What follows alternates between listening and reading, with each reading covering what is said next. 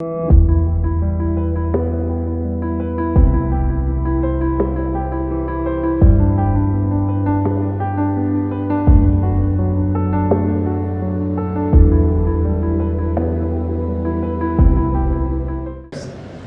I was associated with Mcq brand, and then I have been associated with this Usha Martin group.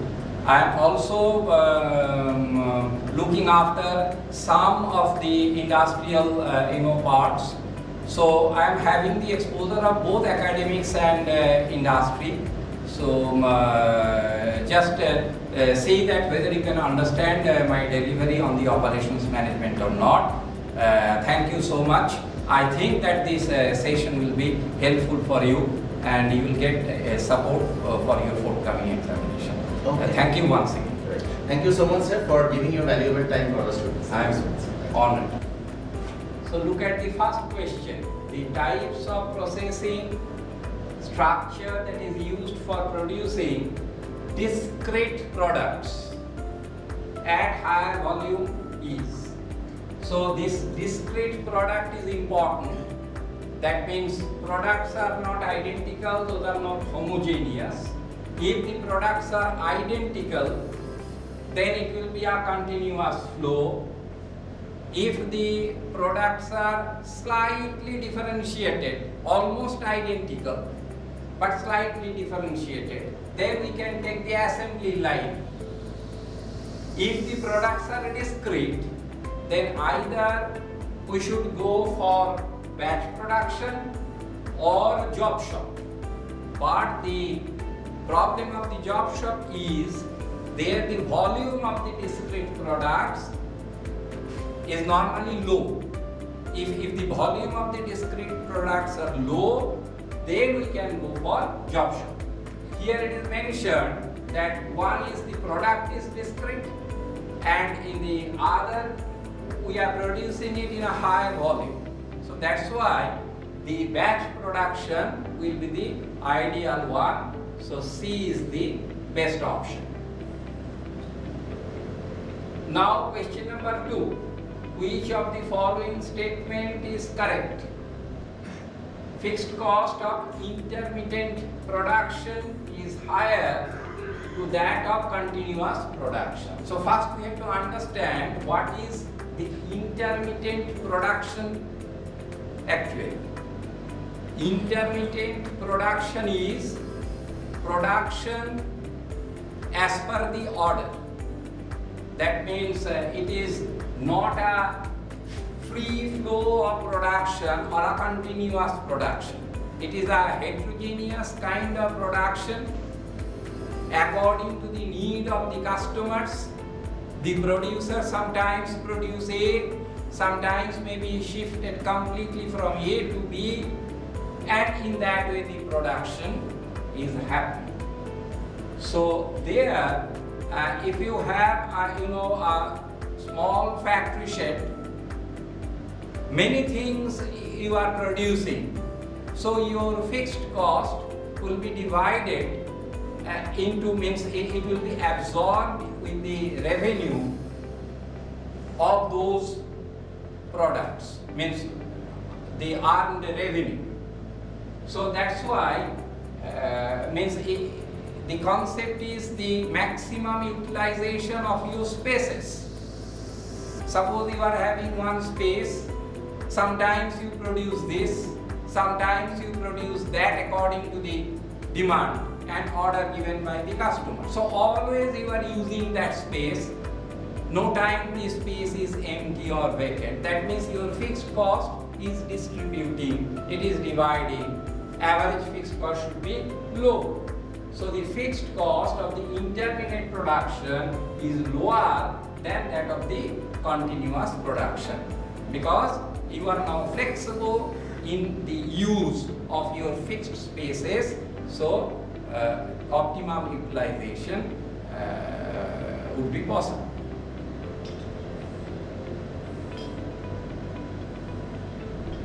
Now number 3.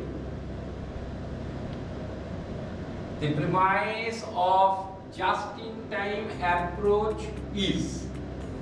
Just in time, JIT, means whenever you need the stock,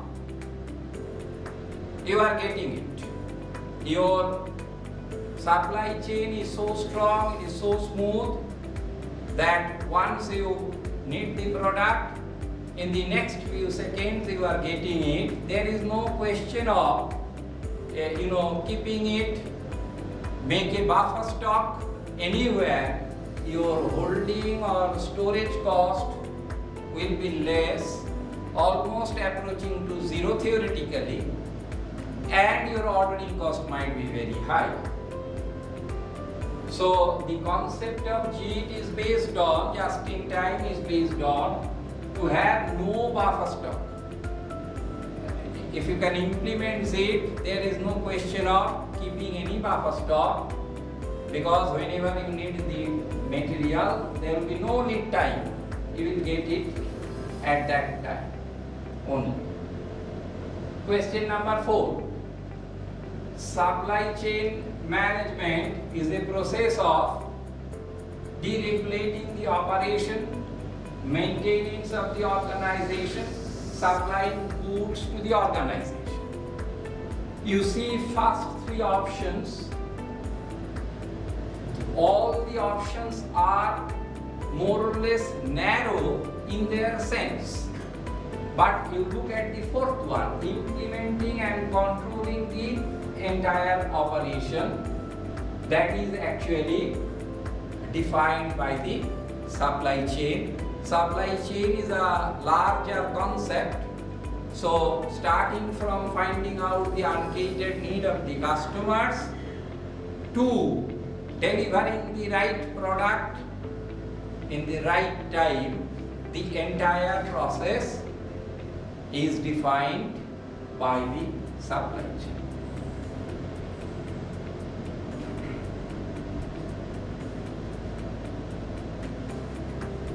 Question number 5. Which of the following selective inventory control techniques is based on the mobility of the stocks? In the stocks, in the godowns, some stocks are heavy, may have more weight, carrying more weight.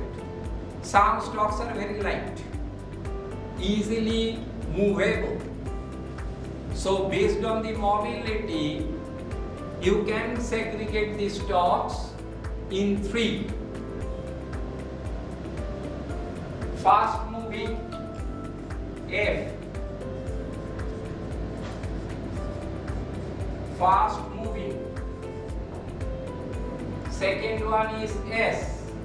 Slow moving.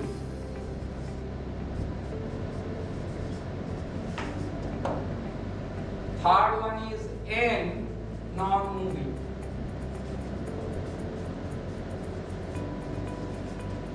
So based on the mobility, if you want to segregate, then you will get FSN philosophy: fast moving, slow moving and non-moving.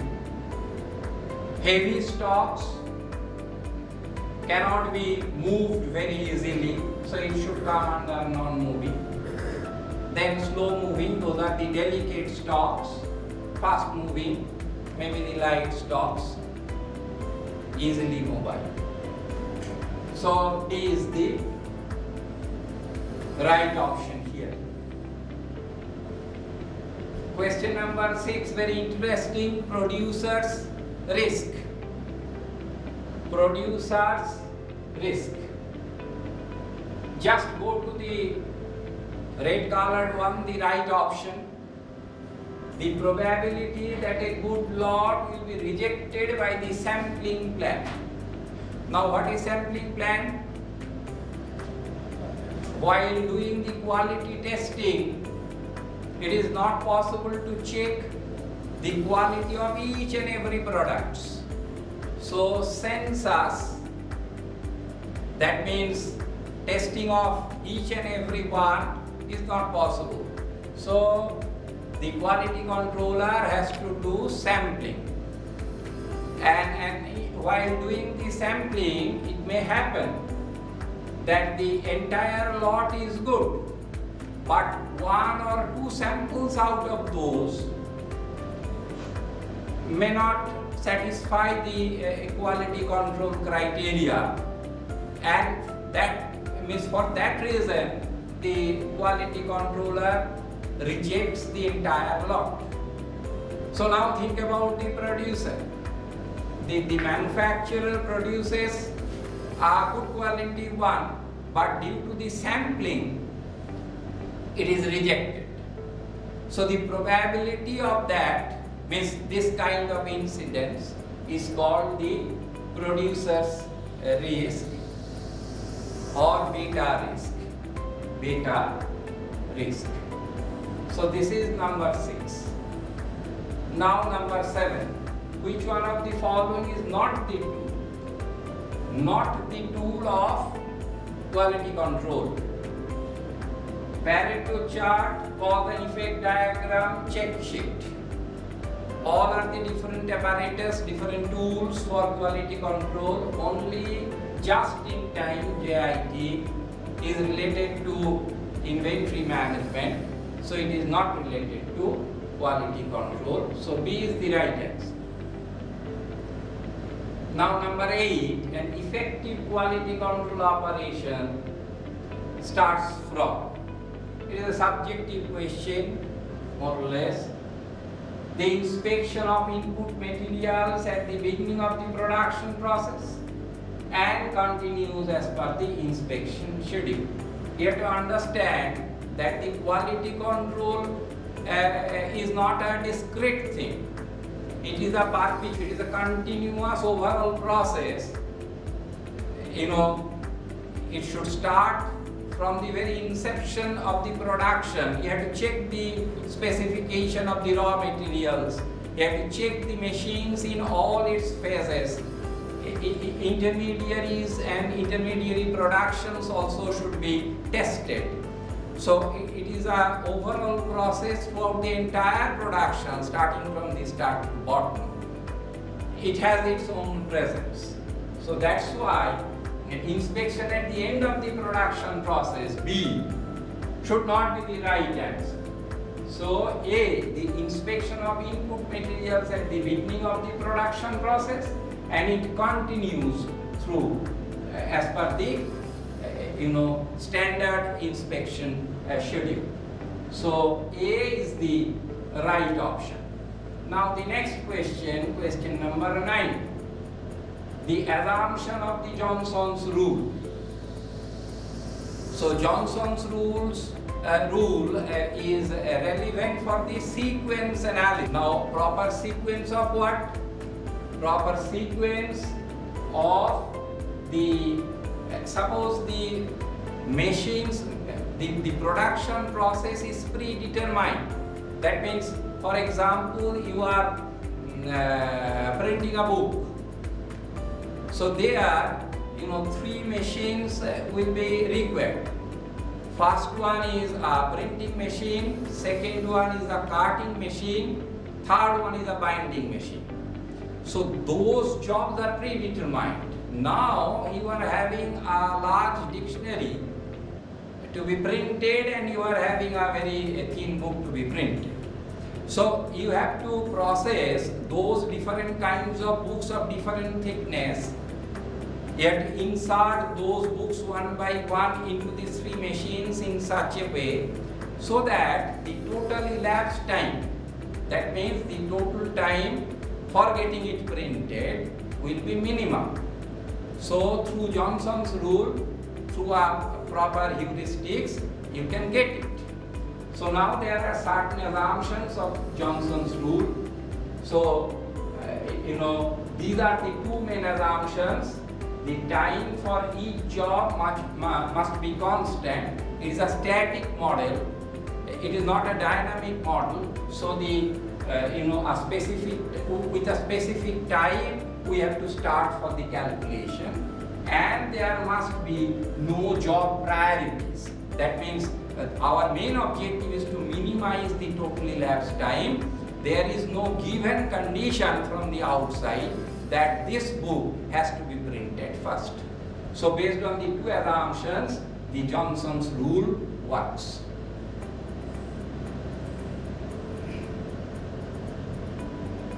Next question, number 10.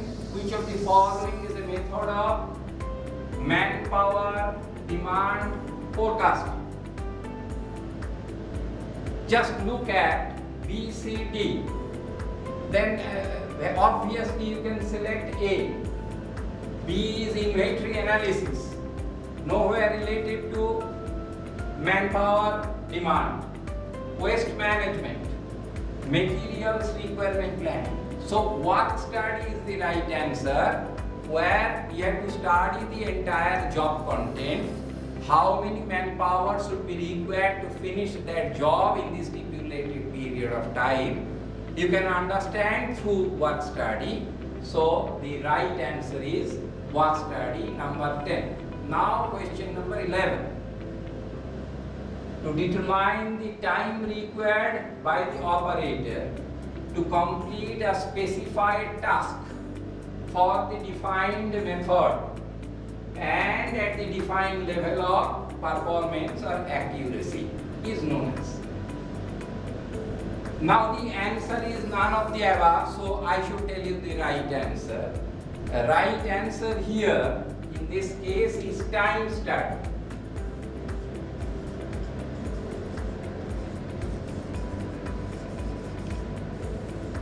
Time study is the right answer. I am discussing other options one after another. Work measurement are part of the work study, and work study is a subset of the time study. So work study comes under time study. Ergonomics. Ergonomics is it's a philosophy, it's a technique of utilizing your physical movement so that the industrial safety will be met. Means you will not be hurt while dealing with the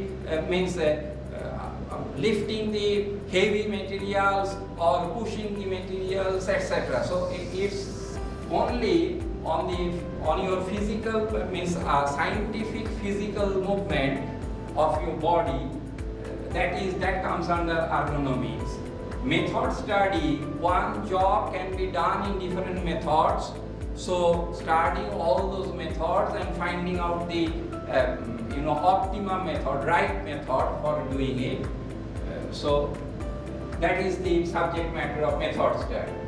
So the work study and method study, both the two things are the constituent of the broader philosophy which is called the time study.